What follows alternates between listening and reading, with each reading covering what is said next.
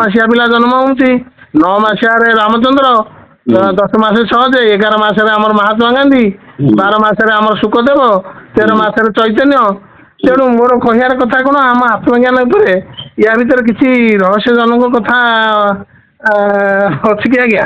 10 ମାସ ତ ଭୟ ଅଛି ଅଛି। ସେଇ କଥା ଆଜ୍ଞା। କଥାଟା କଣ ଶୁଣନ୍ତୁ, ଆଜ୍ଞା ଆମର ଆଜ୍ଞା ଆଜ୍ଞା ଇଏ ଆଜ୍ଞା ଏ ମେନ୍ ଗୁରୁତ୍ୱପୂର୍ଣ୍ଣ କଥା ତ ଟିକେ ଆପଣଙ୍କ ପାଖରୁ ସେଇଥିପାଇଁ ଆଉ ସବୁ କଥା ଶୁଣନ୍ତୁ ଆଜ୍ଞା। ମୋର ଏସବୁ ବିଶେଷ ସାଧନା ମୁଁ ଆପଣଙ୍କୁ ଗୁରୁ ବୋଲି ନେଇଛି।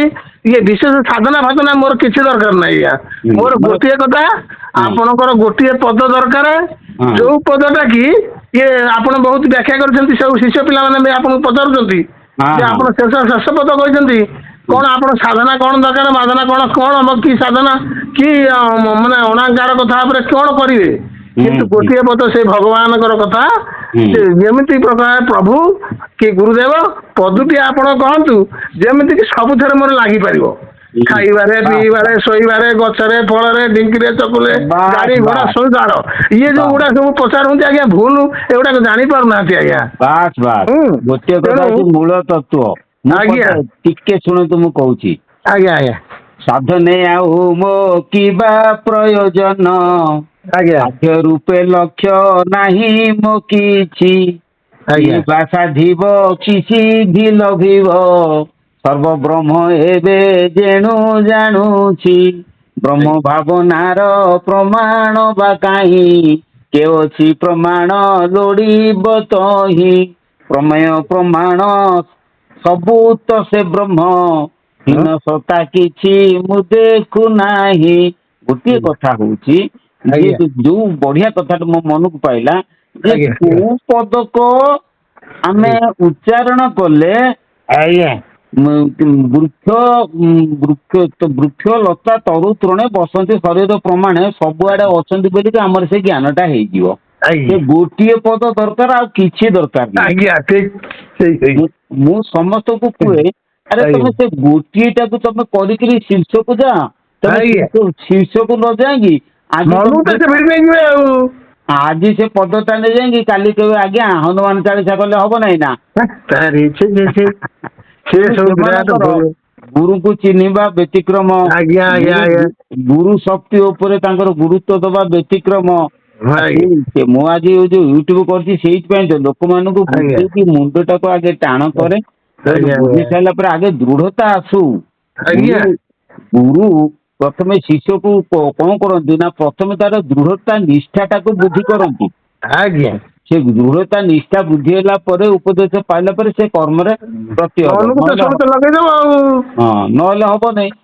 ଆଜ୍ଞା ଏଇ ପଦଟା ଟିକେ ଏଇ ଯୋଉ ମାତୃଗର୍ଭ ଜ୍ଞାନ କଥାଟା, ଏଇ 8 ମାସେ 9 ମାସେ 10 ମାସେ ଆମ ଭିତରେ ଆଜ୍ଞା ଏଠି ପଡୁଛି ବି, ଆଲୋଚନା ହଉଛି। ହଁ ବହୁତ ଗୁରୁର କଥା ପଡୁଛି, ଆଲୋଚନା ହଉଛି ଯେ ଓର ବାର ପାଇବାର ନାହିଁ। ତେଣୁ ଗୁରୁ ଆମର ନଥାଇ ଅର୍ଜୁନ ଆଉ କାହିଁ ପାଇବୁ ସତ ଜ୍ଞାନ। କଥାଟା ହଉଛି ଆଜ୍ଞା ଯେ ଶିଶୁଟି 7 ମାସରେ ପୂର୍ଣ୍ଣାଙ୍ଗ ହୁଏ। ଠିକ ଆଜ୍ଞା ଠିକ। 7 ମାସରେ ଯଦି ପୂର୍ଣ୍ଣାଙ୍ଗ ହୁଏ, ଆଜ୍ଞା ପୂର୍ଣ୍ଣାଙ୍ଗ ହେଲା ପରେ ସେ କର୍ମ ବଶରୁ ପୂର୍ବ କର୍ମ ଅନୁସାରେ ସିଏ ଆଉ ଅଧିକ ଦିନ ସେଠି ରହେ। ଆଜ୍ଞା କାରଣ ପୂର୍ବ ସଂସ୍କାର ଅନୁସାରେ ସେ ରହେ। ଆଜ୍ଞା ତାର ଯେତିକି ତାର ପୁଣ୍ୟ କର୍ମ କି ପାପ କର୍ମ କଣ କରିଥିବ, ଆଜ୍ଞା ସେଇ ଶକ୍ତି ବଳରେ, ସେଇ ଭାଗ୍ୟରେ, ପୂର୍ବ ଭାଗ୍ୟ ଅନୁସାରେ ସେ ଆଜ୍ଞା କଣ ସେଇ ଜାଗାରେ ରହିକିରି ମାତୃ ଗର୍ଭରୁ ଭୂପତିତ ହୁଏ।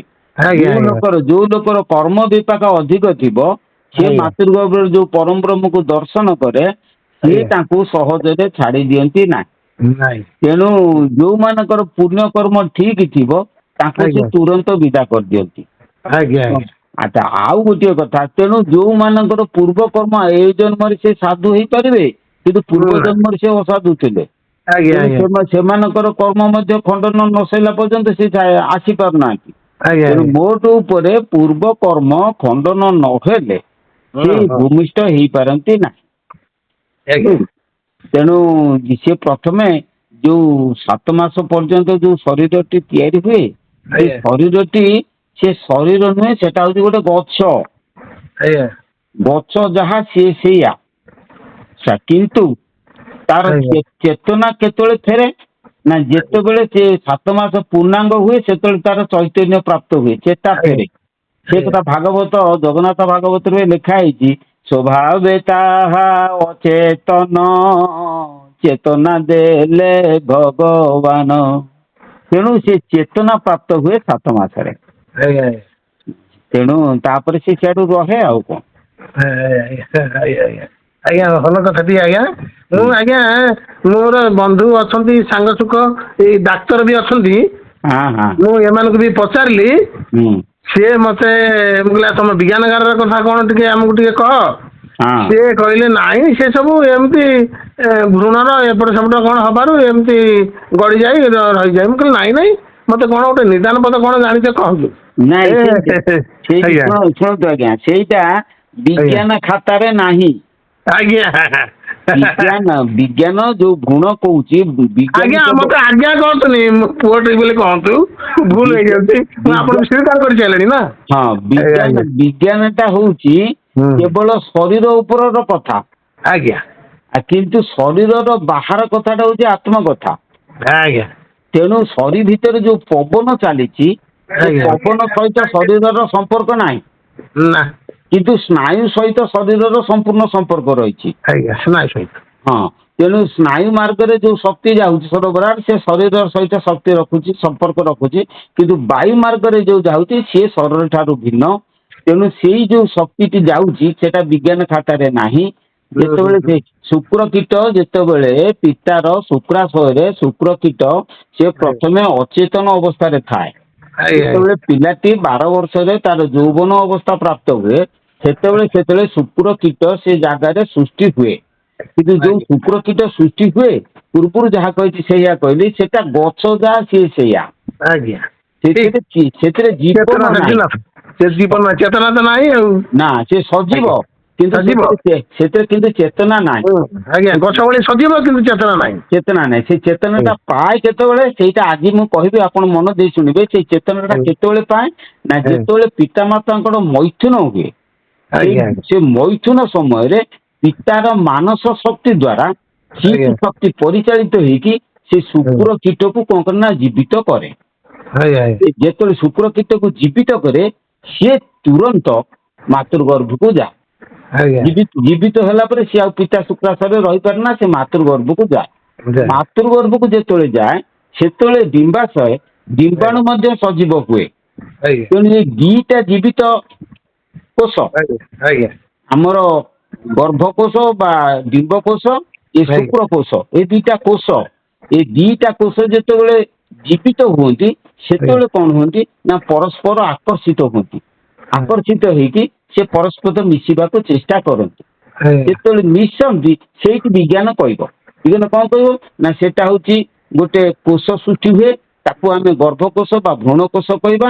ଇଂରାଜୀରେ ତା ନାଁ ହଉଛି ଜାଇଗଟ। କଣ ବୁଝିପାରିଲେ ନା? ସେଇ ଭ୍ରୂଣ କୋଷ କଣ ହୁଏ ନା ମାତାର ଯୁଗ୍ମକ ପିତାର ଯୁଗ୍ମକ 23 ମିଶିକି ମିଶେ କ୍ରୋମୋଜୋମ ଆମର ଅଛି ବିଜ୍ଞାନରେ। ତେଣୁ ସେଇ କ୍ରୋମୋଜୋମ ଗୁଡା ମିଶିକି ବଂଶାଣୁ ସନ୍ଧ୍ୟାବେଳକୁ ଆମେ ଯିବା ଗୋଟେ ବେଳକୁ ପଳେଇବା ଠାକୁରଙ୍କ ପାଖକୁ। ହଉ ଆଜ୍ଞା କୁହନ୍ତୁ। ବଂଶାଣୁ ହେରିଡିଟାରୀ କ୍ୱାଲିଟି ନେଇକିରି ସିଏ ଆଜ୍ଞା କଣ କରେ ନା ଭ୍ରୂଣ କୋଷ ଗଠନ କରେ।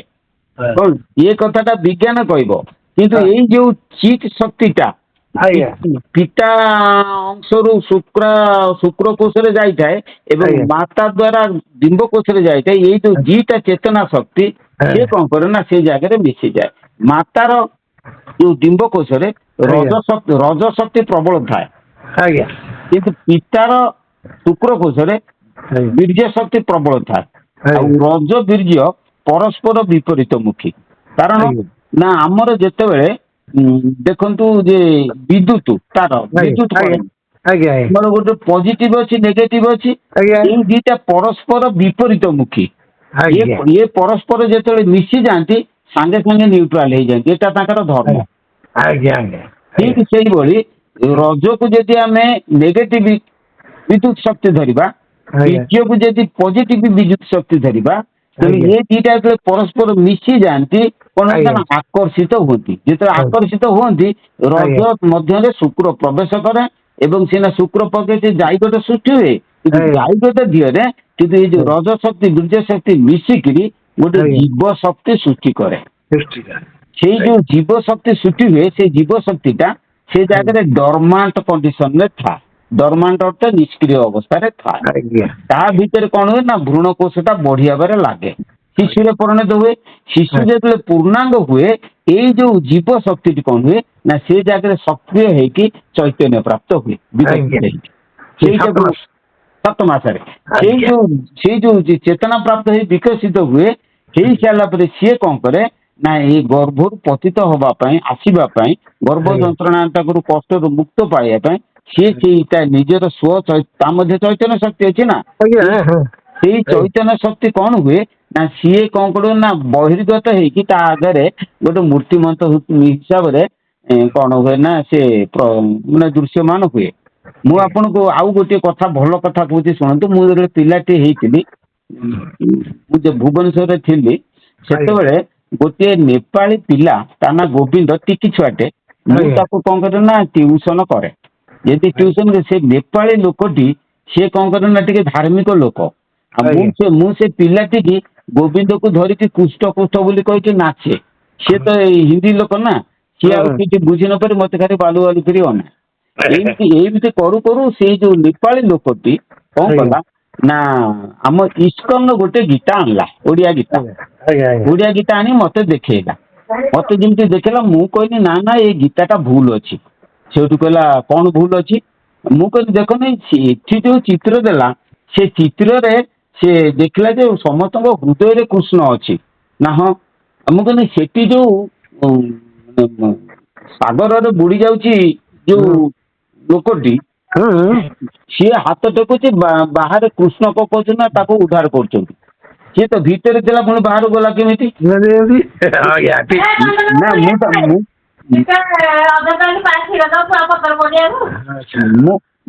ମୁଁ ତାକୁ ଗୁରୁ ରୂପରେ ମନେ ମନେ ସ୍ୱୀକାର କଲି।